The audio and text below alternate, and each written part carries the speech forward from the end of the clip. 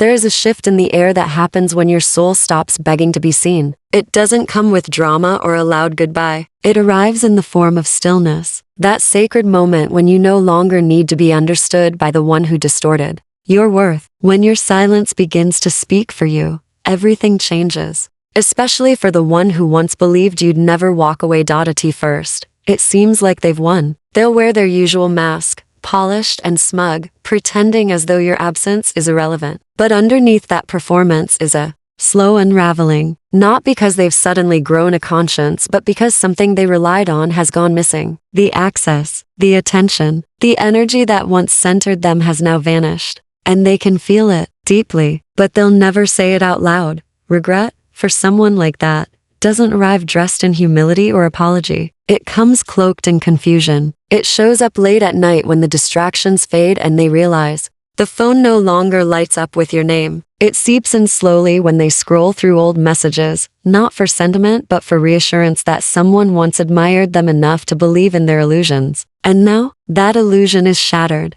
The mirror that reflected their best self back to them, your love, your effort, your patience is gone. And what's left is uncomfortable silence. They never expected you to become quiet. Not you. You are the one who always explained, always forgave, always extended your heart hoping it would be enough. And now you've learned something more powerful than confrontation. You've learned detachment. That scares them, because silence is where their power starts to die. It's where your light begins to reclaim itself. There's a certain fear that takes root when someone like you stops reacting. They can't admit it, not even to themselves, but that stillness haunts them. Because for the first time, you are no longer the emotional fuel. You're not the one begging for closure or seeking clarity. You've realized that some endings don't need conversations. Some healing begins when you walk away without the need to explain a thing. You just disappear from their emotional landscape, and that to them is unbearable. They don't miss love in the way you understand love. They miss control. They miss the ability to press a button and see you come alive again. The way a simple,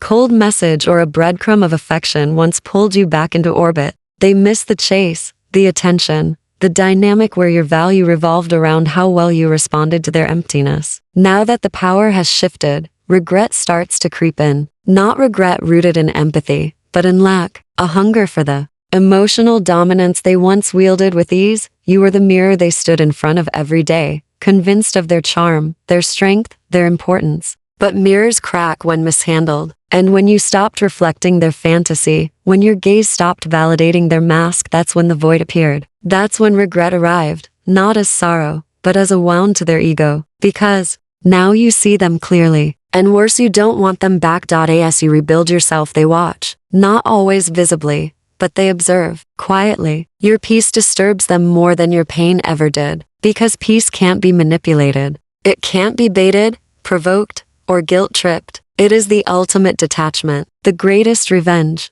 You begin to glow differently when you've pulled your spirit out of their chaos. Your focus sharpens, your smile returns. Not the one you wore to please them, but the real one, the one that speaks of liberation. That unsettles them, because your happiness without them is the confirmation they feared all along, that they were never the source of your joy. You were, and as you evolve, they begin to deteriorate in ways they don't even recognize. It shows in the way they start reaching for others to replace what they lost. But no one shines quite like the one who loved them with soul-level sincerity. No one listens with your depth. No one heals their wounds while bleeding from their own. No one is you. They try to replace you quickly, thinking maybe someone else can restore what you gave effortlessly. But nothing sticks. Because the loss of someone real cannot be outrun. There is a hunger in them now. An itch they can't scratch. An energy they can't replicate. You were never just a person. They realized this too late. You were an experience. An emotional world they took for granted. And regret, in this case, feels like chasing a ghost they can't touch anymore. They'll look for fragments of you in others, try to recreate the magic, but it won't work. Because you're no longer who you were when they had you. You've outgrown that version of yourself. You've become wiser, calmer, and unapologetically protective of your peace. Their regret may never be spoken. It may never be written in words or voiced in messages, but it's there. It lives in the sudden double takes when they hear your name. It lingers in the way they stalk your social media, trying to decode your silence. It burns every time they hear laughter that sounds like yours, every time they see someone move through the world with the grace they once dismissed. The regret isn't cinematic, it's mundane. It's real. It's rooted in the fact that they let go of someone extraordinary. And now they know, whether they admit it or not, that nothing they find will compare. And the irony, the very thing they once criticized you for being too emotional, too giving, too soft is now what they long for the most. They miss the way your love felt like home, the way your compassion made their chaos feel less loud. But homes that are set on fire don't stay open. And once a soul like yours heals, it no longer allows entry to those who brought it pain.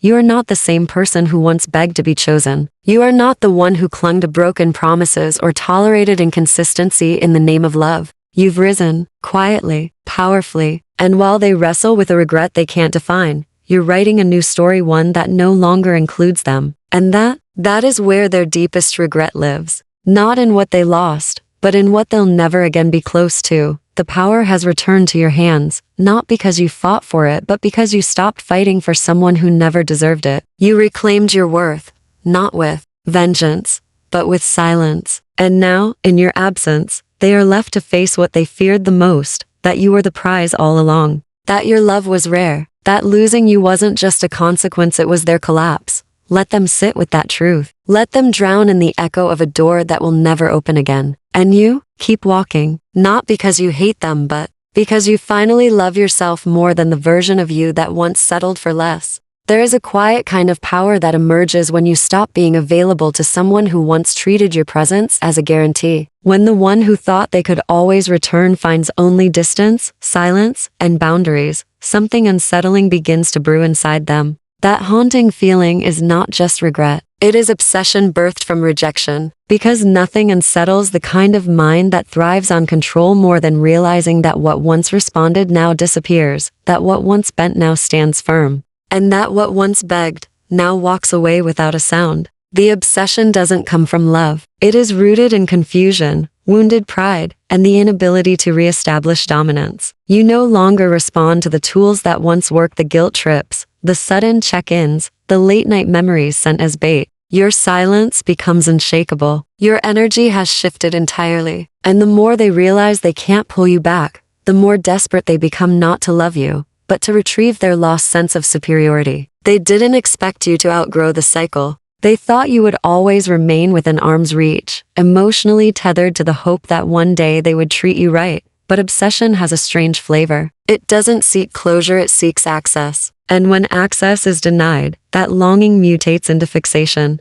They will watch from the sidelines, perhaps through screens or mutual connections, trying to decipher how you've become so untouched, so calm, so unreachable. They may try to insert themselves back into your life in subtle ways, pretending to care, cloaking their motives in nostalgia. But the motive is always the same: relevance. They want to matter to you again, even if only as a thought. Because your indifference now feels more threatening than your anger ever did, you no longer offer them emotional real estate. Your silence is not empty, it is sacred. It is filled with healing, growth, and the rediscovery of your own worth. And that terrifies them, because if you can exist peacefully without them, it proves what they refuse to believe. They were never your source of happiness. Your happiness was buried under years of self-abandonment, and now you've unearthed it. You're no longer interested in fixing broken people who made a sport of breaking you. That's when they might try to come back, but not as a changed soul, rather, as a familiar mask. They may speak softly now, promise new beginnings, act like they've had an epiphany.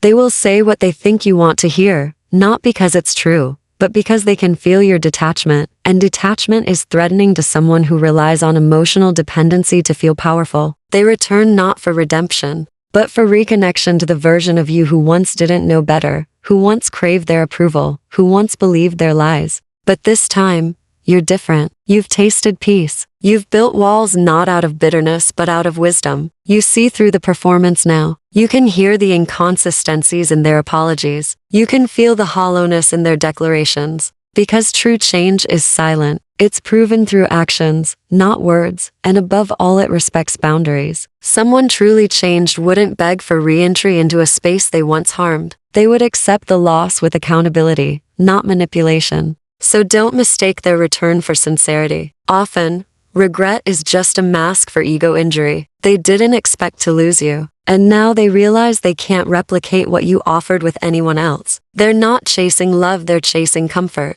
The comfort of being seen by someone who once overlooked their flaws. But you no longer operate from that lens. Your love has been redirected inward. You are not cold, you are clear. You are not bitter, you are boundaried. And you no longer offer the parts of you that bled for someone who only brought wounds. And in this clarity, you find your deepest strength, not in revenge, not in retaliation, but in release. The kind of release that sets your soul free. You begin to understand that peace was never about fixing them, it was always about reclaiming you. The parts of you that were lost in trying to be enough. The parts of you that dimmed your own light to be loved. Now, your glow is rooted in authenticity, not approval. You don't need them to acknowledge your worth. You've already done that yourself. Your peace becomes the sharpest contrast to their chaos. And whether they say it or not, it disturbs them. Because they assumed you'd never rise. They assumed you'd stay in the loop of hope and heartbreak, waiting for them to choose you. But instead, you chose yourself. You walked away without making it a spectacle. You simply stopped showing up for someone who consistently didn't show up for you. And that silence echoes louder than any goodbye. They'll remember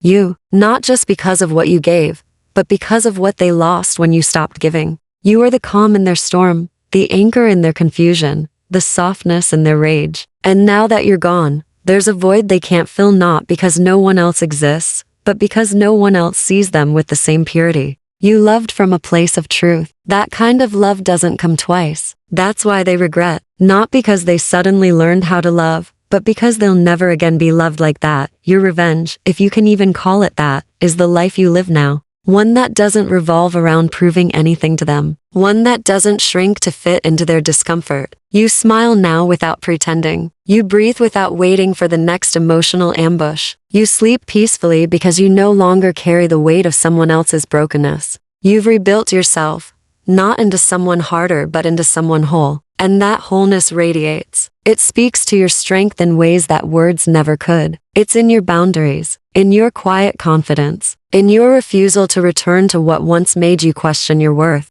So while they sit in their private regret, unable to access the one they once took for granted, you move forward, not to make them jealous, not to provoke emotion, but because you finally understand that healing isn't about them at all. It's about choosing freedom over familiarity, self-respect over temporary validation, and truth over illusion. There will be moments when memories try to pull you back, when you'll wonder if maybe they meant it this time. But remember, people who value you show it the first time. They don't need to lose you to realize what they had. And when someone shows you who they are consistently, believe them, even when it hurts, especially when it hurts, because your healing journey has already begun. And while regret may torment them in silence, you've already tasted something far more powerful than their apologies, your own liberation. You are no longer defined by what they failed to see in you. You are defined by how bravely you walked away and how beautifully you began again.